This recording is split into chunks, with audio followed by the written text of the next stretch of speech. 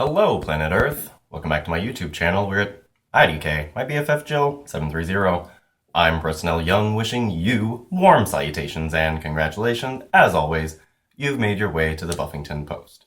So, thank you for joining my channel. You're alive today, and you chose to be alive here with me, and I appreciate that. So, there are a lot of people out there in the world who like to say, I told you so, and I'm one of them.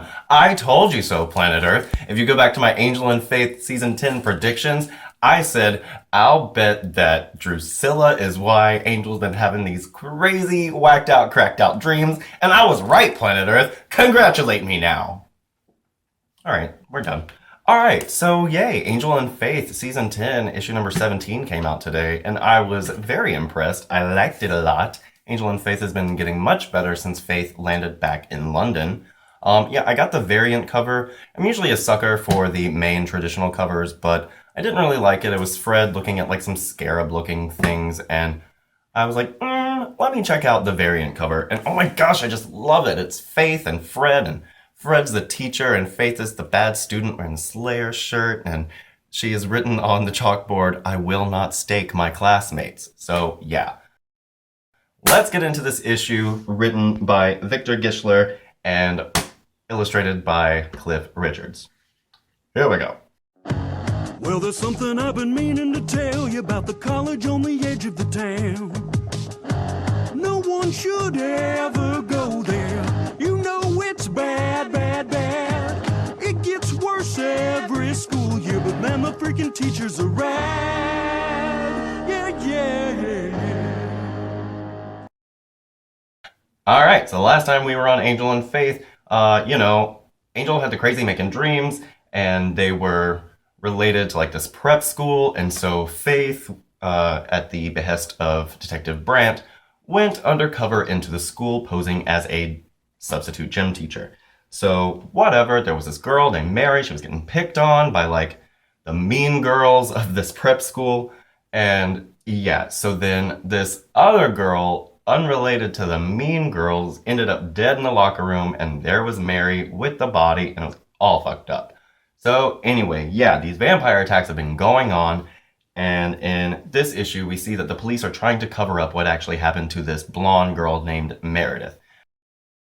Meredith gets zipped up in a body bag, but basically they're covering it up. They're saying that an accident happened to her, and they aren't going to release the news that she's dead for about 24 hours or so to try and keep things under wraps. And basically what's going on is the people are going to want to shut down the school if it turns out that, people find out about this girl being dead in the school. So they want to basically not close down the school, even though Faith says, yeah, that might actually be a good idea. It will keep everybody safer. But Brandt tells her that they don't want to close down the school because all of the vampires seem to be focused at this school, and if they close down the one spot where they know they are, they're not going to have a way to really track them. And so they want to keep the school open, if for nothing more than to set a trap for these vampires and get rid of them. You feel me? And so Faith says, okay, I'll play along and all that good stuff. And so then she's Skyping with Angel right after the events of Buffy and Angel Faith number 16, before the events of Buffy 17. Okay? So yeah, he fills her in on this whole Arceus thing and says, Arceus is like my great grandsire, and all of this good stuff. Fills Faith in on the fact that Spike and Buffy are now an item, and Faith says, hey, how do you feel about that? But Angel insists that it's fine, which it's not. So anyway, yeah, he says, keep Fred in the loop, but don't put her in danger because we don't want her getting too stressed out and Illyria popping out. And Faith says, hey, it's cool. I'm actually enjoying working with Fred. All this good stuff. So then Mary was supposed to stay home from school because, she had witnessed this traumatic event. But she was convinced that Regina George and the other bitches had done this to Mary and killed her, but she couldn't prove it. And so she goes to school and she basically accuses these girls of doing this. But then they say, you can't prove shit. Blase, blase, blase. And so then we go to the lunchroom, and who is a lunch lady but Miss Winifred Burkle? Oh my gosh, it's it's just so fitting that we would have Faith be the teacher and Fred the lunch lady because, in the real world it'd be topsy turvy. They'd be in opposite things. So, anyway, the Faith and Fred are talking back and forth about, have you heard anything? Have you heard anything? No. So then in the lunchroom, of course, Regina George and the other mean girls come up to Mary and they're basically trying to make sure that she hasn't told anybody what she saw and that she thinks that they are related to it. And at this point, we're like, okay, these bitches are weird and mean. So anyway, Faith comes up to Regina George and Mary and the other bitches, and she's like, hey, is everything cool? Whatever, whatever. So once again, Faith tries to get Mary to open up and tell her what's going on, but she won't, and it's just bullshitty. So then the girls, the mean girls, they go outside to smoke a cigarette, or I guess to have a fag, and they are talking, and they're talking about how they've got like a boss, right? They've got some kind of boss that wants them to get some stuff done, whatever, whatever. And so Fred comes out and she's taking the trash out and she has a little compact mirror and she looks in it and these girls are vampires. I didn't know what they were, but they are vampires for sure. They cast no reflection, which is great, by the way. I'm glad that the new day vamps, even though they can walk in the sun and turn into whatever they want, I'm glad we've got this whole reflection thing to give them away, right?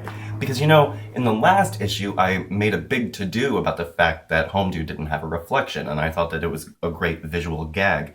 Well, here, it's just a go-to weapon to find vampires, since, they can be in the sun, which is, like I said, great. So, the guy that Mary was all interested in the last issue, the one that Meredith said, stick to your own kind or whatever, yeah, so he doesn't know what's going on with Mary, or with Meredith, right, his girlfriend, and so he gets a note in his locker that says, I know the truth about Meredith, tell no one, it's important. And so, whatever, so Fred calls Faith and she's like, hey, this is what I saw, these bitches are vampires, let's take care of them. So Faith is like, okay, you need to leave. As soon as you get off work, get out of here because I don't want Illyria getting stressed out and taking over your body. So Mary, in the meantime, she goes to meet with this guy, Meredith's boyfriend. What's his name? Shane. And so she is like, hey, Meredith is dead. And he says, yeah, I know. And she says, wait, what? And he says, yes, I know. Have you told anybody else? And she goes, well, I mean, no, the police. And he says, have you told any of the teachers? Did you tell that nosy gym teacher? And she says, well, but the police. And he says, I thought you would say that. So this Shane motherfucker is a vampire too. So holy shit. Okay. So basically, Faith goes into the locker room because she hears like a rumble in there. And Regina George and the other mean girls, they try and kill Faith. Well, then they can't kill Faith because, they could kill her, but she's the vampire slayer and she's our lead. So they don't. They attack her, but then Faith stakes one and then another one comes right after her after they like fog out. So yeah, they fog out and they get away from her and she doesn't know where they are. And then one comes up and gets her, but then, holy shit, Fred is there with a crossbow. She stakes this homegirl.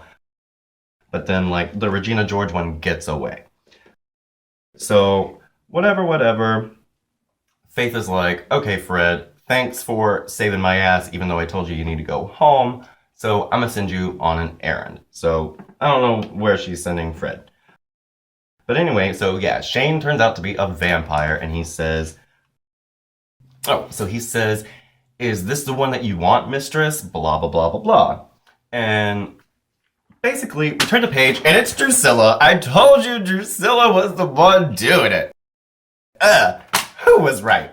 Me? That's who. Yeah, I really liked this issue. The way that the Mean Girls are doing their vampire making is basically getting people to volunteer to be vampires. They try and make it their idea. And so it's kind of like being in the cool clique, you know? It's just like Mean Girls. You want to be a plastic vampire? Come on down. Yeah, I really liked this. I feel like the art in Angel and Faith is just so great these last two issues. They're really, really gorgeous frames. I like the way that they did this one thing with the fog. See how she looks like humanoid fog there? I don't know if you can see it. Well, you'll see it in the little slides. Yeah, I really, really am enjoying Angel and Faith right now. It's sad that Angel doesn't get to be a part of it, but maybe we're going to see Faith go into her own comic eventually, because I feel like she's definitely got her own story. The thing about Faith, the reason I had kind of reasoned out in my head that she would never get her own book is because Faith is such a loner and she can't just play by herself, because she would always be alone and there would be probably no other characters to bounce off of. So where do I think she sent Fred? I think she sent Fred to Sophronia and Lavinia. I think Sophie and Vin have got to help us out. We need them back in the mix. I miss them. They're so cute. And yeah, I don't know what's going to go on from here. But I know that Drusilla's back, and she's always fun to have, and especially fun to have when I was right about her the whole time. So that's pretty much all for today, everybody. I hope you are having a great 2015 so far. And speaking of, we're almost at my 1-year anniversary. So tweet me photos of you, my friends and subscribers. Yeah, go ahead and subscribe, guys. Yeah, tweet a photo with something Buffyverse related at the P Witty, so that I can include you and your beautiful face in my 1-year anniversary video. So you can come right back here to the Buffington Post anytime. I have Angel and Faith reviews, Buffyverse discussions, Buffy the Vampire Slayer reviews. Buffy season 10 number 18 is going to be out on the 19th of this month, 3 days after my birthday. So yeah, that's pretty much all for today. Have a great day, and we will see you next time.